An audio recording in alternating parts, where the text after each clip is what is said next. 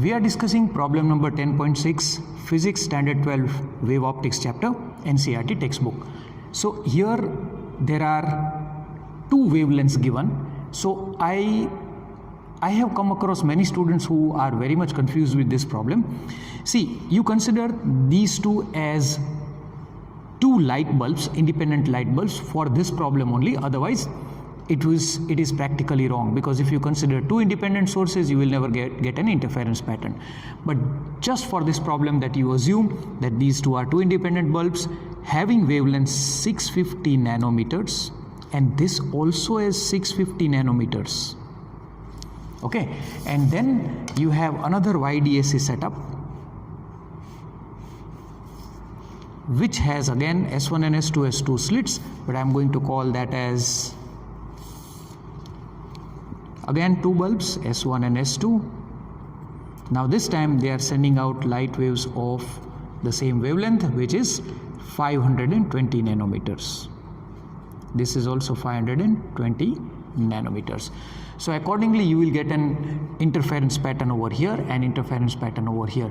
Please do not think that this is 650 nanometer and this is 520 nanometers. Then you will never get an interference pattern, right? Because for interference pattern you require coherent sources which sends out lights of same frequency and wavelength. So you cannot consider this as 650 and this as 520. These two are two different setups, but this D is same as this D. Okay, this small d, that is the distance between two slits, is also equal to this small d over here. All right, now they are asking us find the distance between the third bright fringe on the screen from the central maximum of the wavelength 650 nanometers. So central maximum is central bright fringe, which is over here, and you will have first dark, then first bright, in that way second bright, third bright, somewhere over here you will be getting third bright fringe. You will also be getting the third bright fringe at the bottom too, but let me call this as Y3, the distance from the central bright fringe to this one, this is Y3, and rest all the other details are given. So we are supposed to find out this distance of the third bright fringe from here. So we know the conditions for the bright fringe. We know that n lambda is equal to yn d by capital D.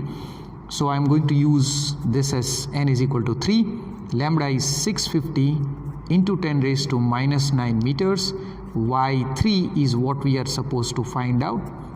Y3 is this distance which we are supposed to find out. Small d is already given to us as what? 2 mm. So that is 2 into 10 raised to minus 3 meters divided by, you need to be careful that everything has to be in SI units, all right, and capital D is also given to us as 1.2 meters. So if you will solve, you will get your answer as the distance from here to here as Y3, that is 0, this you will get as 1.17 millimeters.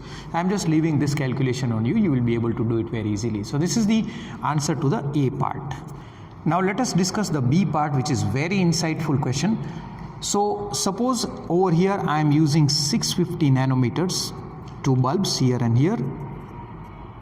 Now since these two are going to behave as an coherent sources, ideally not, because they are independent, but just assume like this, the problem will become very easy. So these two bulbs are going to illuminate and going to produce some interference pattern over here. So here we are going to get the third bright fringe as per the previous question. But suppose I am saying that this is the n1th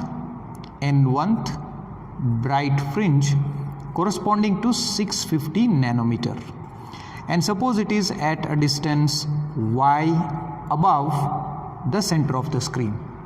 Okay, now at this point what will be the path difference? Path difference will be, of course, n1 lambda, because this is a bright fringe, so it will be n1, and I should say lambda 1 because I am going to call this as lambda 1, 650 nanometers.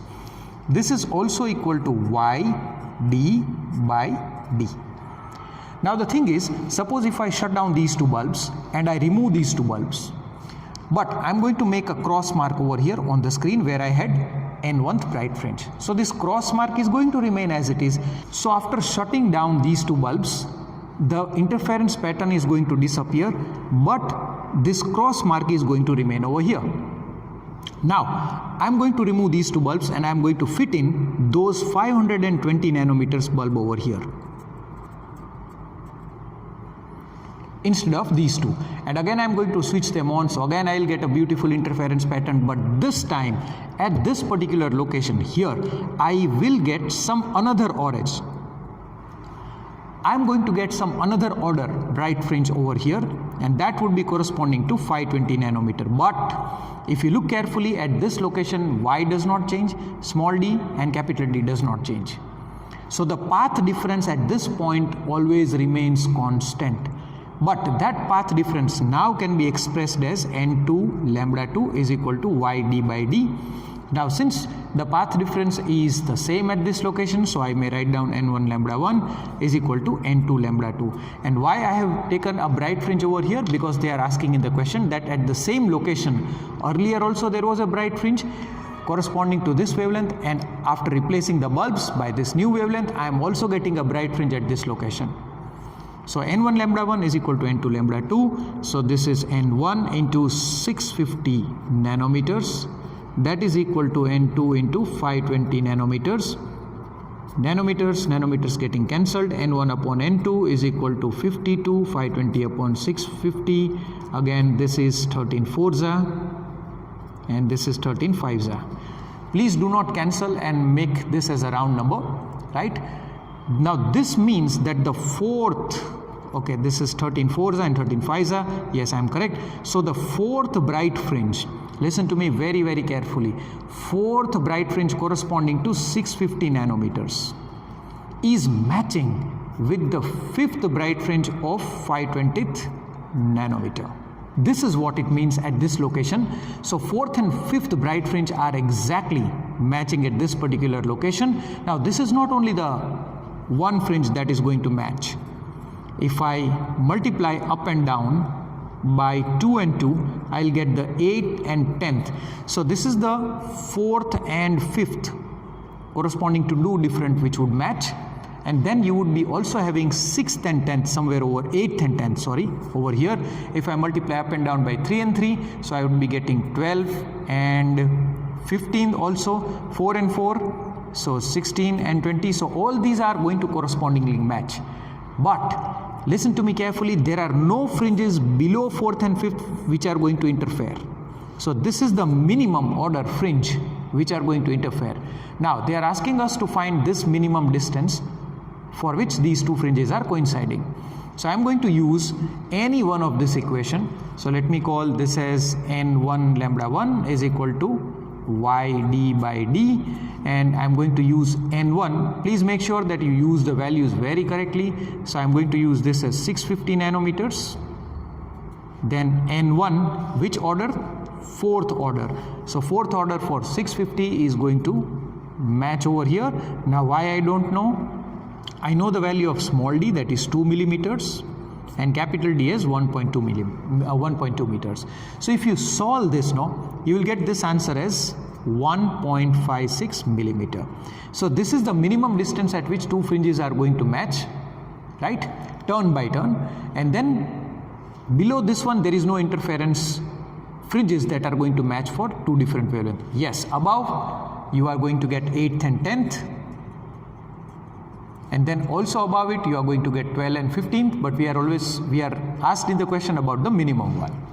So this is our answer.